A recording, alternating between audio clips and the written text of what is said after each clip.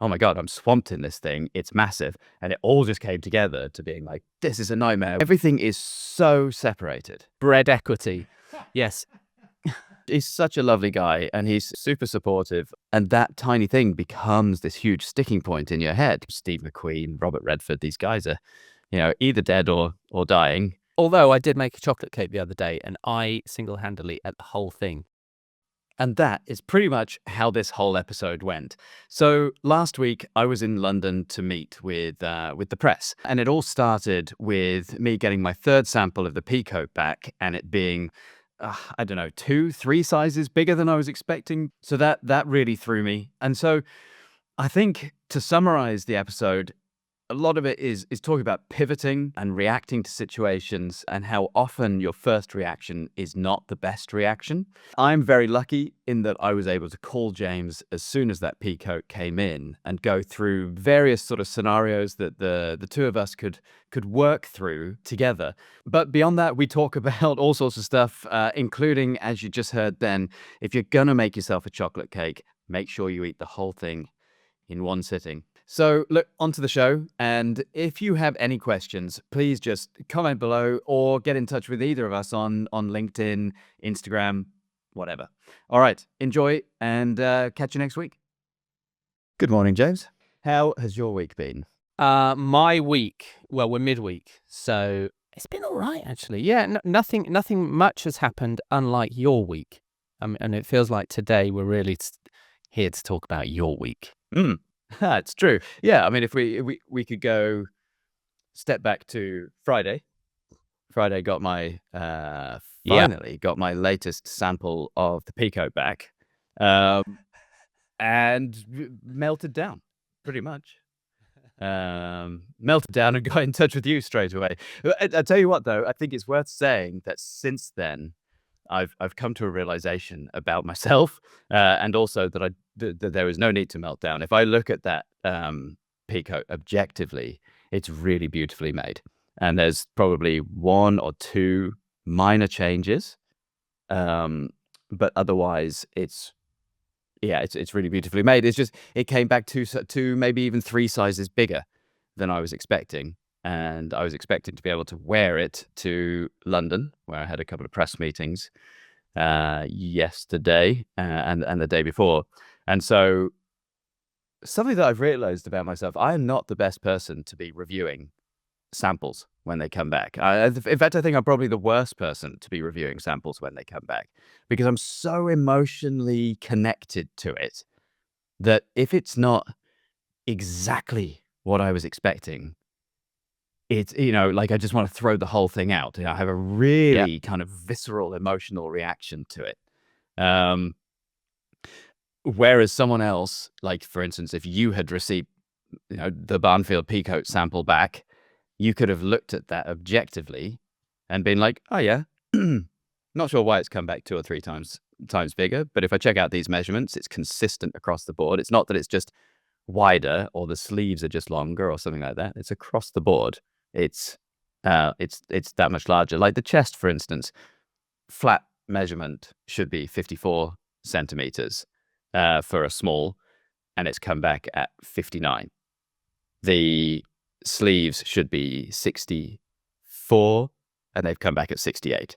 So it's width and length. It's consistent across the board. You could have looked at that and separated. Okay, we put in the tech pack that the jets on the pockets should be no greater than 1.2 centimeters in width, and they're closer to 2.2. Now, my brain combined that I noticed, that's been missed off the tech pack, with, oh my God, I'm swamped in this thing. It's massive. And it all just came together to being like, this is a nightmare. Like I'm 6 months away from getting it done, at least. Like I've spent all this money, spent all this time. What a disaster. And then kind of over time, I've been able to unpick those things and being like, actually, it's not a disaster. I mean, don't get me wrong. I think we are 6 months away just because of getting into production for another sample. There are things that need to be changed by a pattern cutter. So I've spoken to Jonathan. It's going to him. He's going to look at it mid-April. Then by the time it gets over to the factory, I'm going to be looking at launching the peacoat in autumn, which actually works better for a heavyweight peacoat, and I've had to adjust to that. But it isn't the abject disaster that it sounded like when I first called you, when I first received it. It's worse when it doesn't fit you well, and the anticipation of putting something on and being really proud of the thing. It's not quite there. Yeah, and I think that I was just because I knew I had these press meetings, and I'd really pushed to get the sample back to me, and it arrived on the Friday just in time for me to get the train. On Monday, I was saying, cool, I've managed to make this happen. I'm going to have this peacoat, and not knowing how the press meetings were going to go, I didn't really want to be kind of like show and tell. Yeah. I didn't want to feel like a traveling salesman, like, here are my wares. I Yeah. wanted to be like, oh yeah, this is the peacoat. Look how beautifully it fits. Look how well made it is. And I just happened to be wearing it, and it's a meet and greet. So that pivot to being like, okay, no, I need to make sure I've got the knitwear with me. I've got the cardigan. I've got the peacoat, and it is in a dust jacket. And how am I presenting it? The whole thing just felt a little bit awkward. But as it happens, it all worked out great. Great. I mean, it does feel, as soon as clothes go into a bag, which invariably you go, oh, I must take a wheelie suitcase, you feel like a traveling salesman. I don't think you can get around that in any way other than having a showroom and someone comes into a room with your wares hanging up beautifully on their own on a rail. It's such an odd, when you get over that, salesman has a really bad connotation. Yeah, because it's like you're trying to convince someone of something other, like you're trying. Yeah. That's the connotation I think that comes with it.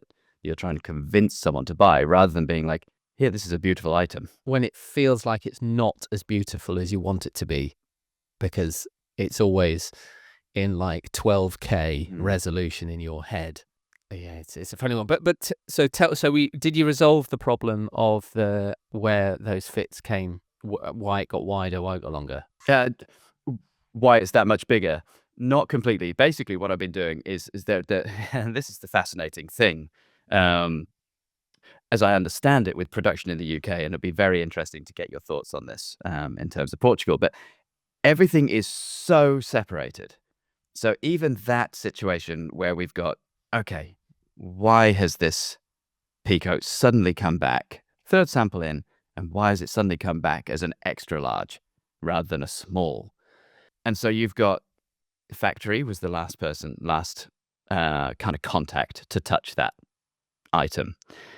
Prior to that, you've got the pattern being printed onto card. Prior to that, you've got the pattern cutter or pattern maker. So it's like you've got 3 steps that the fault could lie with if it's seen as a fault. So what I've done is I've emailed out to the factory, I've emailed out to the pattern cutter, and it appears as if something has gone awry between at the printing stage. But I can only say that because I haven't been in touch with the printers yet. I'm just kind of getting the information first. So I'm not going in guns blazing, pointing fingers and accusing someone of making a mistake until I know exactly where that mistake has been. It doesn't, look, at the end of the day, I can't claw back those 6 to 8 months or the fabric or the money that's been spent on pattern cutting, on production.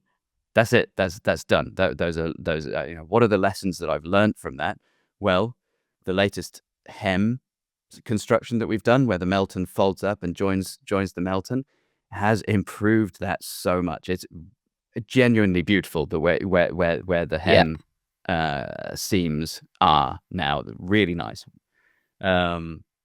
So I can be like, okay, well, it's taken that long, but we've learned that.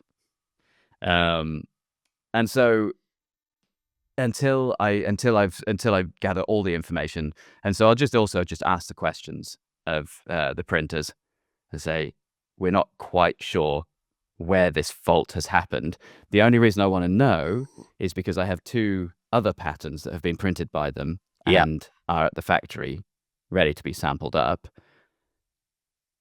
I think the reality is I get them sent back so that I can measure them and double check them, make sure it's all good. If it's fine, then I can send it back. But it's just making sure that the problem doesn't happen again in the future is the only reason I'm trying to dig into finding out where the problem is. It's not about trying to get my money back. You just have to accept that. That's time and money is gone. Find out where the problem is, avoid it in the future. I always think you just have to kind of move forward. It's funny, as you were talking about, then you start looking back, and you want to look back because you want to find where it fell down.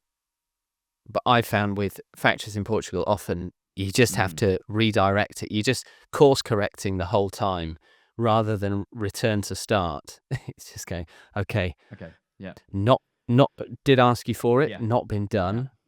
You just kind of say revert to spec, or make welt pocket 1.2, not 1.7. Again, like you just have to sort of say like clear actionable points to actually do. Sometimes it's easier here because it is a bit more together. Yeah. But there are some factories that I've worked with where the pattern cutter's out, and it's just outside of the business, and they're just difficult conversations, actually. Sure. Yeah. The best person to have in the room when you make comments, I think, is the pattern cutter, which is why brands who, in an ideal world, you'd have that setup, you'd have that head count of your pattern cutter. Pattern cutters are in a way like coders. Like you want your coder there so you can actually be iterating and doing in real time, because they're the ones that will make the change. But they come with costs, don't they? I think by making everything fragmented, it saves costs because you're just paying an hourly rate rather than someone there all the time. Yeah. I think long term, that's the situation I'd like to be in, so that that there is or even if there's just working with Jonathan to do the pattern cutting, and if you develop, what I'm always looking to do is to develop the relationship, so that at least they understand, they get what a Barnfield coat should look like.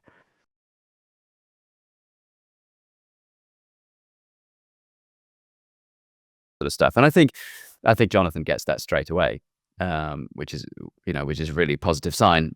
And I think I just have to accept it's that difficulty of, like we've been talking about, the Peacoat hero product from a marketing perspective as well. Launch that, it sets the tone. There is the Peacoat, and here is the knitwear to support that, and then new coats come in on top of that as well. I think I'm going to have to change that. I think I'm going to have to launch with the knitwear first. It's pretty much ready, although because it's been really hectic, right? So Friday I got the Peacoat sample back. Also went to go and visit friends of ours, who Ben and Sarah. So Ben runs it's a knitwear design company, but it's the patterns. Yes. It's the patterns, right? So and he's done that for some time. It works between here and New York. And Sarah used to be a knitwear designer for Banana Republic. Yeah. So I thought, great, let's just get, we're going to visit them as mates, and thankfully they're very happy to help as well. So I took my knitwear with me.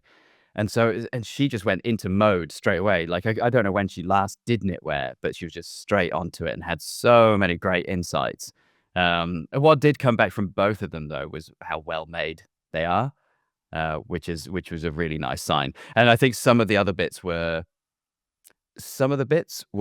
objectively, for instance, on the cardigan, if you put 3 ends into this, it's going to thicken that up. It's going to make that shawl feel denser, heavier, better, which is something we've spoken about as well.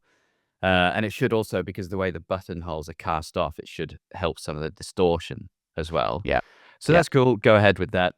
And also, what was interesting is that it was kind of presented to me, and I get that it was presented to me as, we can do a finishing process. We can wash the knitwear, see how much it shrinks down, and then expand it out by the percentages, and that's what we're looking at. You can do that, or you cannot. It just depends on how you label it. And I've been so focused on just getting it right I hadn't really thought about that step. And when I said that to Sarah, she just looked at me like, "What are you talking about? Like that is, it's it's like so kind of like you're going to make concrete without the cement. You just cannot do it. You cannot put this out into market without that." So that was great. Just to be like, well, actually, no, it's not optional. So we do need to do that laundering process and get that Yeah. down. But yeah, just the amount of information over the last few days. Today, I feel a mix between kind of manic and knackered. Yeah. But the meetings in London went really well. I had a message back from Robin saying he felt that they went really well. Great. So that it felt very positive. But it's that thing, you don't know what to expect, right? I've never met these people before. I don't know how they're going to react to the product. Do they even want to see the product, or do they just want to see me? I mean, they see products every day. I can't show them anything they haven't seen before, but I can tell them. I guess I'm glad I did have the product because I questioned whether to take it or not. I'm glad I did because I was able to tell the story of the brand through the product. Yeah. Look at these buttons. They're reflective of the pound coins that were in circulation in the 80s. That's a nod to my target audience. Look at these cuffs, the way they cut up. It's military, all that sort of stuff. I was able to tell the story of Barnfield through the product, so it was well worth having it. And yeah, so can you say who you saw, or should we keep it name free? Yeah, I think just keep it name free for now because I don't know. I don't know whether I should be saying or not. Yeah. But Tell me how they responded, or did they not? Did they just No, they did really great. The first meeting, actually, I'll tell you what, because it was a mix. The first meeting I had on the Monday was with Steve from the Factory Next Door podcast. Yeah. He's such a lovely guy, and he's super supportive of people making anything really. And we really clicked because I want to support people raising awareness of that sort of stuff as well. So we clicked, but we hadn't met in person. So that was lovely just to meet him and his little whippet, Audrey, lovely little dog. So that was nice. Just had coffee at, is it Cole's Drop Yard or Cole Drops Yard? I forget Cole Drops? Yeah.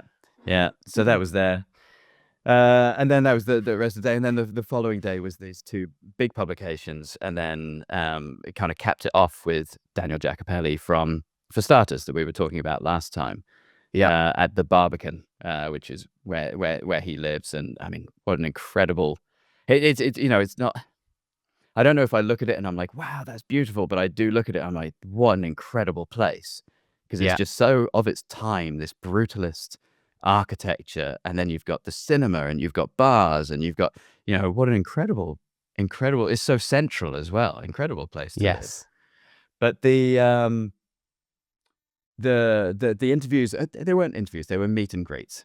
Meet and greets. And so that was quite nice. I knew it was informal. It was not like they were expecting sound bites out of me.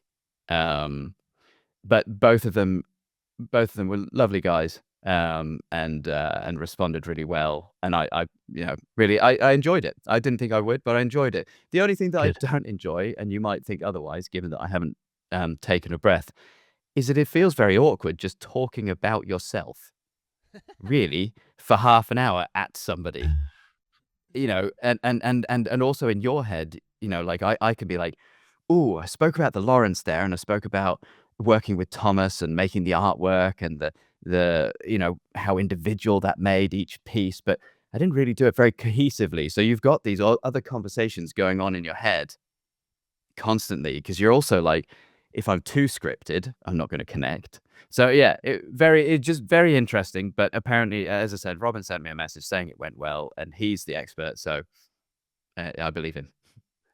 Did you get any feedback from them during it, like only chin that? rub Yeah, I mean, or only in the yes, that it seemed beautifully made, and both of them could see where my story could fit in stuff they're working on at the moment. So to get that feedback, I assume that if they were not interested in my story, if they were not interested in the product that I was making, I'd have known. Yes, well, I guess the first one is they wouldn't have even given you time. I think that's always a good start. That's true. I mean, hopefully, I think that's also the benefit of working with someone to do your PR, though, is that I think that they know Yes. Robin, and Yeah. if Robin's bringing someone to them, it already has that kind of credence to it. Yeah. Yeah. Oh, I'm glad. The first ones are always odd, aren't they?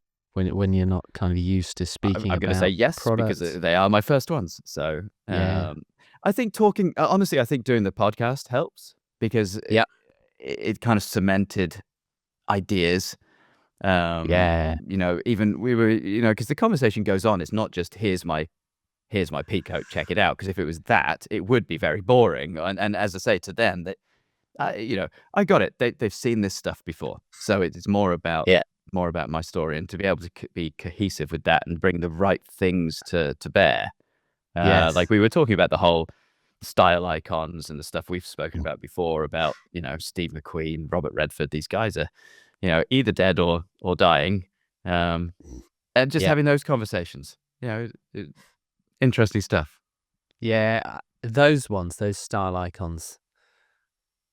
I mean, they'll have seen them all the time. When you think of journalists, it's like they're such classics. You kind of feel like you've discovered them the first time, and it's like no, same again. But I think Well, didn't you do remembering that. Go on. Yes. Well, I was going to say, didn't you do? Did you do a shawl neck cardigan with Alba? We did a shawl collar cardigan, Yeah. which was based on the famous picture of Steve McQueen. Ours did happen to be the last production in the factory that made his. Oh wow. So Okay, that's awesome. So I do take that claim as You should, and you should, because I was just I mean that's a different thing. That's a great story. Because I like got my shawl neck cardigan out, which I think is really nice. I'm really pleased with it now. And I'm like, and here is a shawl neck cardigan that isn't, that is totally inspired by Steve McQueen. So like I think I was just open. I was open with them as well. I wasn't trying to sell myself. You feel like you are, but I was also like, look, I wanted to. Let me be honest with you. I wanted to rock up wearing this peacoat. It's a sample. It's come back a number of sizes too large, so I can't wear it.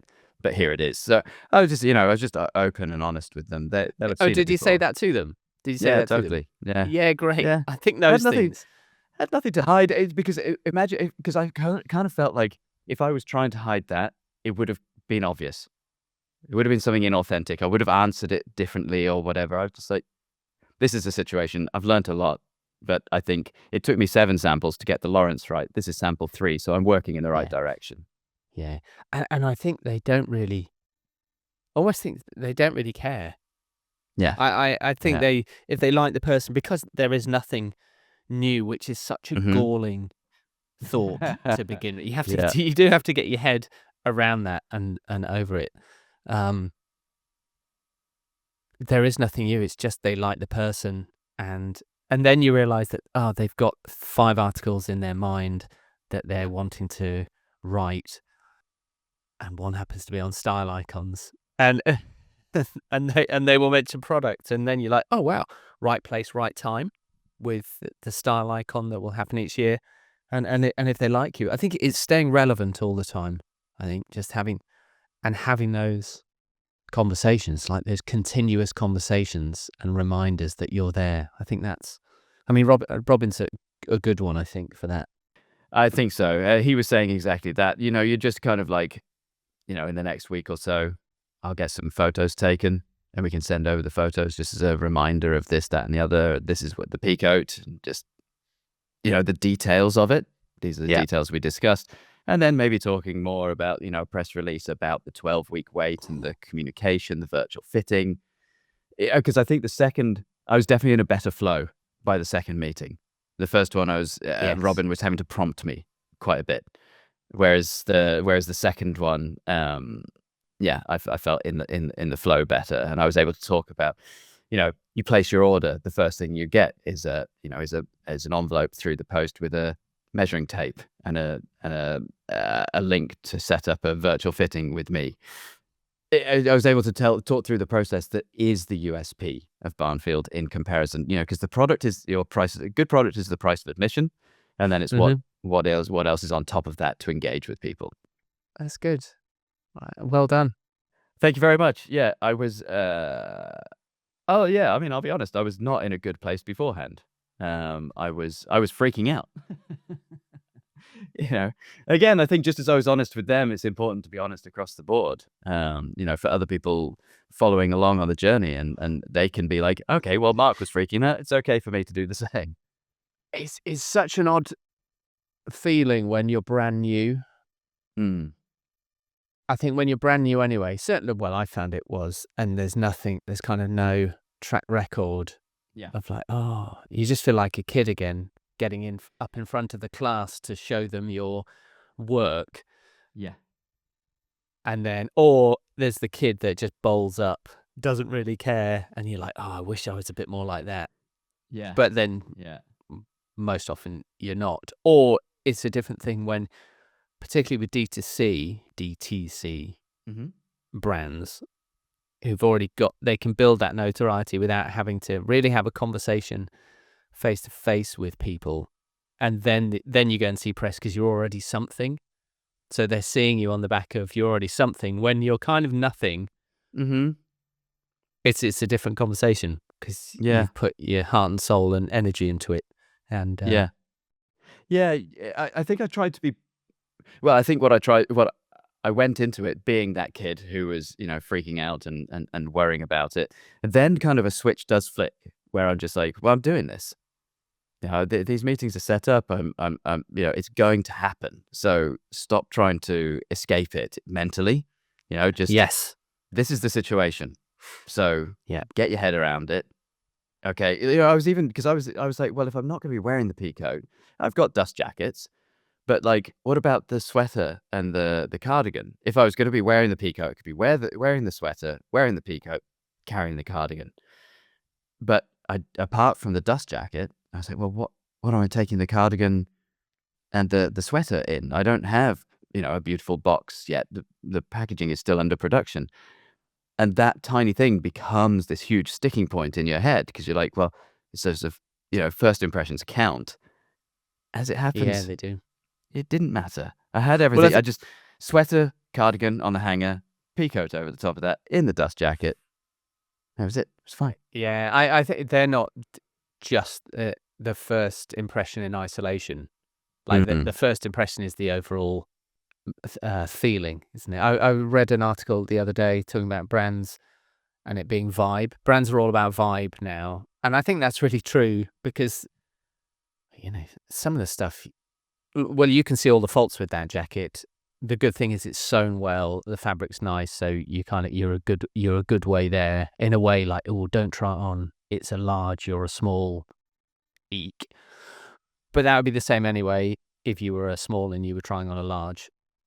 It's going to be big unless it comes up 2 sizes, too small, and the large fits the small. You just got to get the first impressions are actually you, aren't they? And if they get on with you, they'll back you. And how underwhelming product is on its own just on a table. When you on a table, or even worse, it reminds me of like going to parties and you like coats would just get chucked on a bed in the spare room. Yeah, it's just a mass of coats. They're all the same, but you could have a $5,000 cashmere overcoat against someone's tatty, knackered, like sweaty tracksuit zip up horrible thing. But they're all the same. Like they're really underwhelming in that zone. But you put them on the person, and it's the person that brings it all out, and you're like, oh, they're cool. Who's that person?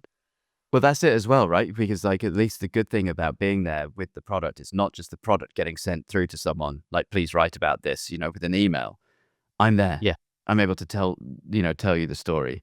And even speaking to Robin, I can't remember I think got onto it because I used to work as a sales agent. My brother was the main sales agent for Adio, and I worked as a sub agent under him.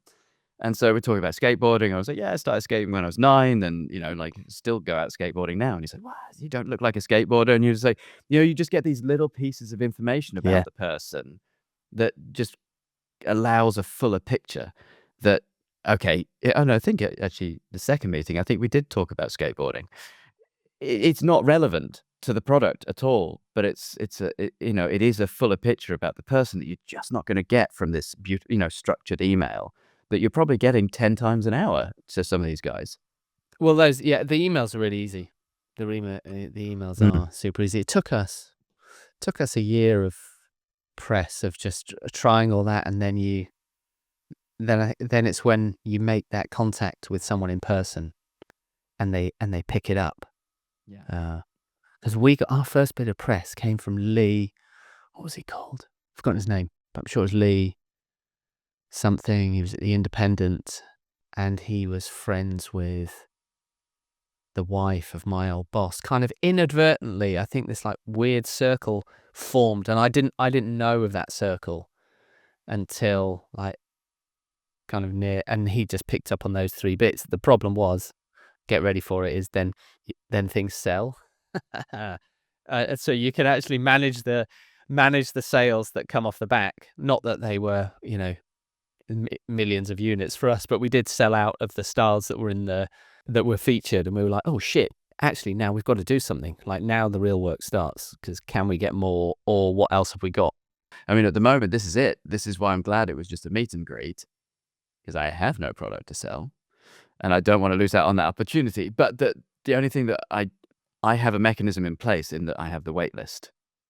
So even if I don't have the product online, which is obviously the ideal situation to be in, there is a mechanism that you can sign up to the waiting list, and you get the emails and the updates with that. It's not ideal, but at least it is a solution. Yeah, just managing it. What do you do on knitwear? Knitwear's not made to order, is it? No. So I'm going to play. Well, the first thing I'm going to do is I was ready to be like, right, I'm going to push the button on this, but now obviously it needs to go through the finishing process. So there's a bit more work to do there. I don't think it'll take that long. That will change the hand feel of that knitwear. Yes, which is quite nice actually, because it is a merino, but it's not a super soft merino. And Sarah was saying, obviously, you need to balance it.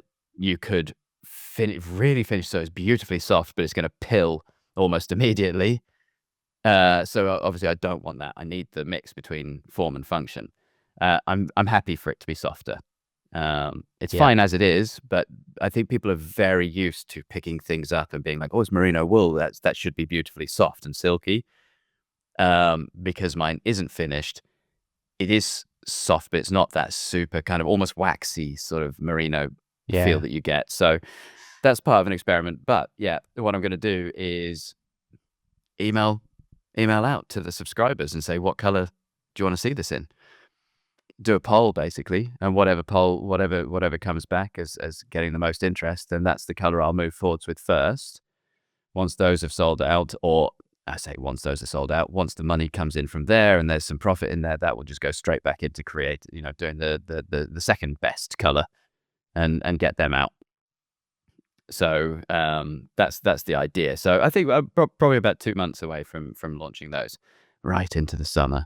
Perfect for a heavyweight merino wool jumper. Well, you've got to get your wardrobe in early these days. That's what I need to tell people, isn't it? Look, it makes sense though with the peacoat not being ready for when I expect it to be. It shouldn't be a surprise. It was the same with the Lawrence, and the Lawrence I launched in May. It was a heavy quilted jacket, and I launched it in May, and it was delivery in October. The difference with the peacoat is that it's not this one-time thing. It's made to order. The peacoat will be available to buy on Barnfield for the next 20 years. So, so it doesn't really. I'm not going to look back in 5 years' time and be like, oh, I really made a mistake launching then or waiting until October. Yeah, I've just got to hang on, just keep the runway going so that I can keep producing and getting through this process. Yeah, good. Oh, so a successful week for you. Yeah, and now honestly, I'm going to take. I've got a couple of emails to go out. But apart from this podcast, we're on Wednesday now. I'm going to give myself, going to go out for a walk in half an hour. And I'm just going to give myself the next couple of days to settle again. Kind of give myself a bit of a mental health break. And then pick it up again. And I think that's something that I've learned from burning out with the agency. I'd have just been straight back into it, even though that was all consuming the last couple of days and very difficult. I'd have jumped straight back into it, and I've learned I will burn out. So I don't want to. This is a business for longevity. Good. Well, excellent. I think that's probably it. I think probably. I mean, well, I think that's probably it. Thanks for your time, James. See you later. But well, I haven't. I've had a really quiet week. Okay. I was waiting for this episode to talk about your London trip, which has gone really well. But yeah, a few things I've got to do, but they're not podcast worthy yet. Where are things at with but still, nevertheless, where are you at with the denim at the moment? It was last time we spoke, it was great. Yeah, here's the washes it's exactly it. Nothing has moved on from last week because I need to go up to the factory. So, and this week wasn't possible. This week wasn't possible because the weather's really good and I'm playing a lot of tennis. Fair enough. Fair enough. But I will go up next week, and there are a couple of other factories that I want to see for sportswear. Did meet a good agent inadvertently. I was chatting to him on Instagram about tennis. Like and then we met for a coffee yesterday, and I was like, "Oh, what do you do?" And he said, "Oh, I'm a fashion agent." And I was like, "Oh, it's really interesting." So we had that in common. We had tennis in common. We had fashion in common. He's here. He's Portuguese. So that was nice to know of and hear what he wanted to do, which is kind of take brands more north, because he's like, Portuguese market's tiny. Right. He services like Portugal and mainly Spain, but then find brands that he can then go north with. North as in geographically, or Scandinavia? Geographically north. There's more money the further north in Europe you go, and people buy more clothes. We were talking about Spain actually, and he was saying Valencia is actually quite a good market, but like offerings totally different. Weather, lifestyle, culture. You don't buy clothes. Like you go to Scandinavia, winter, you buy a big coat. Of course, yeah. You need more layers. You need more clothes. Yeah. So just the market's different, but seeing like how we can go up. But we were talking about tennis and the community building thing, and because I've been doing this other project, this strategy project or piece of work on running and training, and you realize how far just Portugal, it just hasn't taken off yet. Like there are now 2 run clubs in Porto. There are hundreds in London. There'll be tens in Nottingham. And in Porto there are only 2. And I remember when all this kind of kicked off in 2010. It's taken like 15 years for it to come. Interesting. To Portugal and then it will sort of die off in the original places and grow in you've got this lag. Yes. And I thought that was interesting.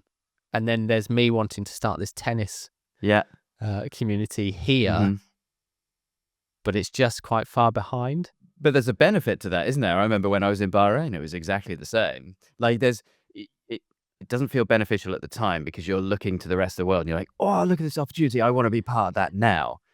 And a 15-year lag is maybe a little bit too much. But if there's a 2 or 3 year lag, it means that you can be ahead of the game. Well, it's happening now. I think it's seeing how to do it, like play piece as, what it is. It did give me other ideas of other products. Like there is the denim that will come out, but push the tennis thing. Because things are happening around tennis. Like, can you get that community together and actually... I'm connected with a lot of these communities. Can you then, just different ways, can I bring them all together in Portugal with this branded thing? And then that's all of these communities doing a different way. Lots of ideas. Often they jar with my in my mind, I want it to be a certain way. And I was chatting to a friend over in LA who's a photographer, and I put him in touch with another group that runs, and they're portrayed as super cool, kind of mysterious. The founder of the group, very cool guy, very mysterious, kind of never really know what he does. Yeah. And my friend was like, they're not like that. They were just very kind of normal, not square bears, Okay. but they were just like most of the people that go were just totally regular guys. Whereas like the founder is the latest of everything. Okay. It's just one of those people that's like super cool. And I was like, that's the reality of it. Really, most people are just normal, and there's nothing wrong with being normal. No. But in your mind, you want a group to be like, it's all shot on black and white film. We're all, achingly hip, super good looking. Like everything is like top level of everything. And the reality is, humans are just great when they all get together, and it was a great time. But the image portrayed gives off one. But that's your marketing campaign, isn't it? That's your marketing campaign around it. And then, like there's the aspirational side of it. And then there's like the reality of the fact that, okay, to actually be that aspirational thing that you're selling means that that's all you're doing all the time. Whereas, of course, the people who are actually engaged in what you're doing are engaged in it for a tiny proportion of their day. And so, it feels like such a misalignment. Right.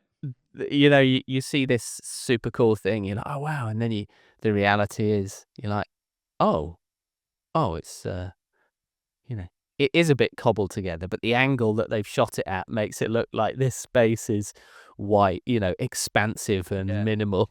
And it's like, no, that's a 2 square meter corner. Yeah.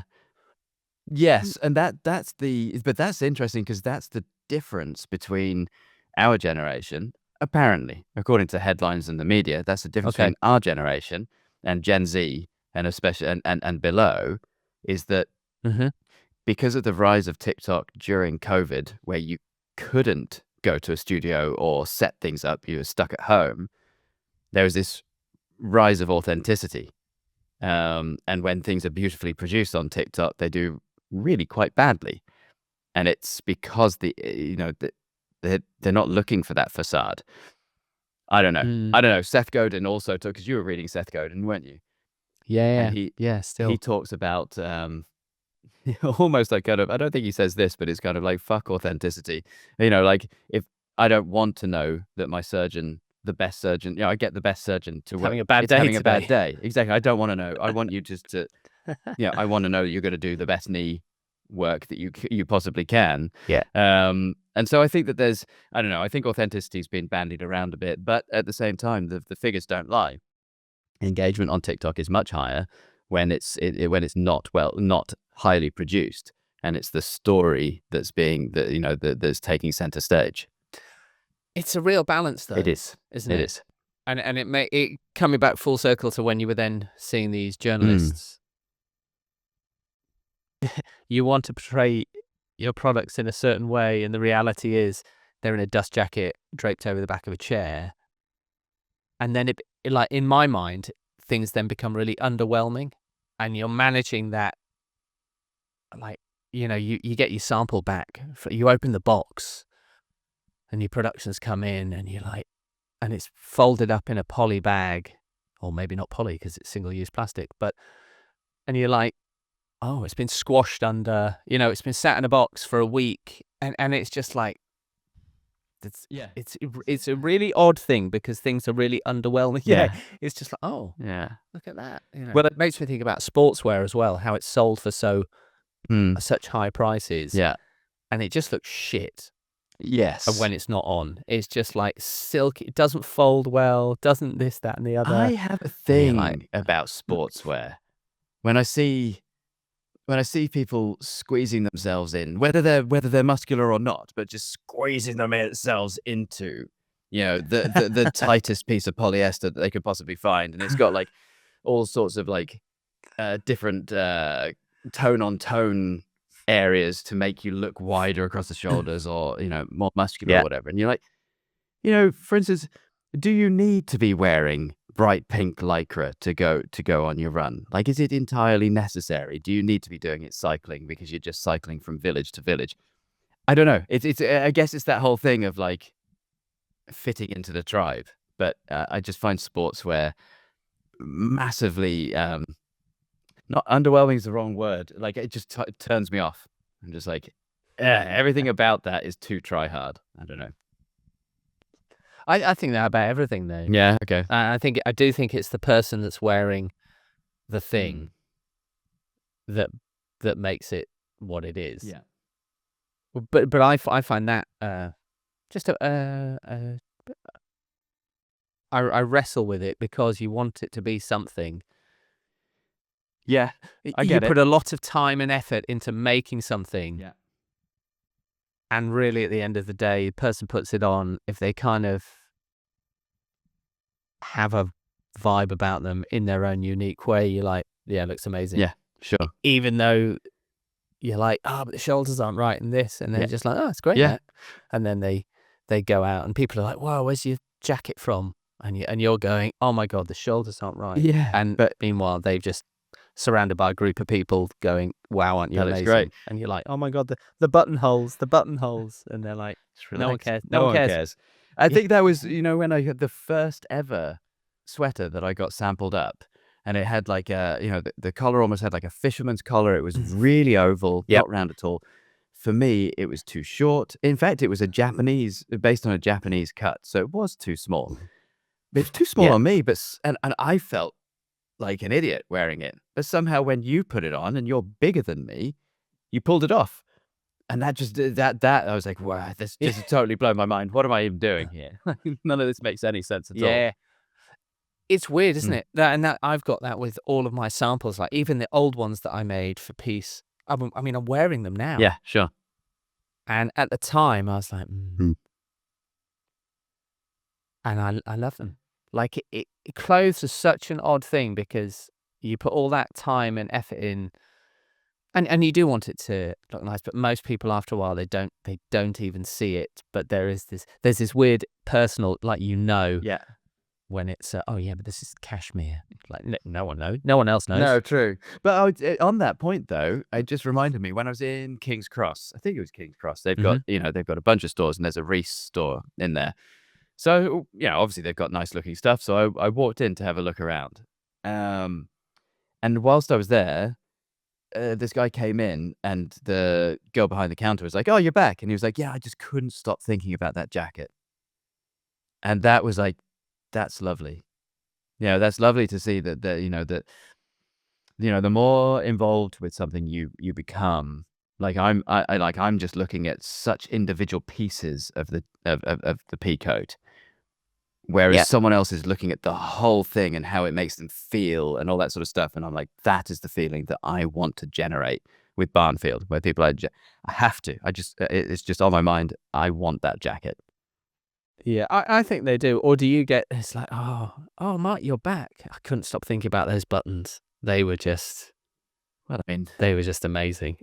I mean, I've definitely been there. I remember like I remember feeling about a pair of skate shoes, and they were just really different. They were like a blue vegan leather, and I looked like an idiot in them because they were like wearing blue jeans and blue shoes. I just just looked like I was wearing a romper suit. But I remember being like, I just want to own them. Like this, I'm just really drawn to this thing, and I still feel that. I don't wear, I wear very simple shoes now, but I will still be drawn to skate shoes in a certain way, where I'm just really attracted to them as a product. Oh, they're great. They're great though. I mean, things are great. I just meant more about now with your individual jacket. Yeah, you're like, I've come back for the buttons. Those are the buttons. Can't stop thinking about them. But it's how it is, isn't it? You get something in your mind. Yeah. And you can't. I think you need, when it is in your mind, you just need to follow it all the way through. Yeah. The buttons are the perfect example, because that was when they came back. Like I was just like, what a win. Like, but you gave me Ant's details. I spoke to him. He put me in touch with Padano. I sent over the artwork. Or they sent me the samples in a beautiful folder, beautifully presented, sent over the artwork, got them back. Perfect first time. And I was just like, yes, these make me feel amazing. These make me feel like this is all worth continuing on. However many years it's taken me, how many thousands of pounds it's taken me to get this peacoat right. These buttons are making it all worthwhile. And those, I think, are the signs that you're on the right path as well. Yeah, well, I think you need to follow it through when you have those feelings. Yeah. Even if you're in a shop and you're like, oh, I really like that coat, Mm. or whatever it is. It's like, yeah, that's the one. Yeah. Like, Follow your don't gut. go in and not have that feeling. Yeah. I think if more people shopped like that Mm. and not just being impulsive, like, actually, I can't stop thinking about that. That's the one, rather than just, I think we probably wouldn't be in the mess that we're in. But lots of things are like catnip. I do think things have been designed and created when you cheapen something. It gives you that like weird endorphin hit, and you buy it, and then you're like, oh, that was Yeah, so suddenly buyer's remorse, even if it hasn't cost you very much. Yeah. And I think that that's the deal. That's what I talk about, like with the, like a fast fashion peacoat that's made from a polyester or whatever. It's a facsimile. It's not the real thing. So you're going to get that kind of saccharine sort of response, like, oh, I get to look cool, like, and fill my desire for a peacoat. But then within 3 months or something like that, the stitches come undone, it feels baggy, it's pilled up, and you're just like, meh, it's not the real thing. Absolutely. Yeah, it's but you need to experience that. That is definitely something that if you can get people to experience, then you don't have to do any talking. You're like, that's it. That's it. Yeah. And that's it's not, and it's also understanding it's not going to be everybody, because not everybody, like when you have fit models of different sizes and all that sort of stuff, like I found, like if the Lawrence in the 3XL, that was what came back. The 2 returns that I had were in the larger sizes. In the smaller sizes, it was fine because I'm been working as the fit model, so proportionately, they work for me. So you have to have different grading as you get larger. Yeah, I think larger sizes there's probably more body consciousness that goes on because you feel the squeeze more. Yeah, maybe. When you're small, you're like, no.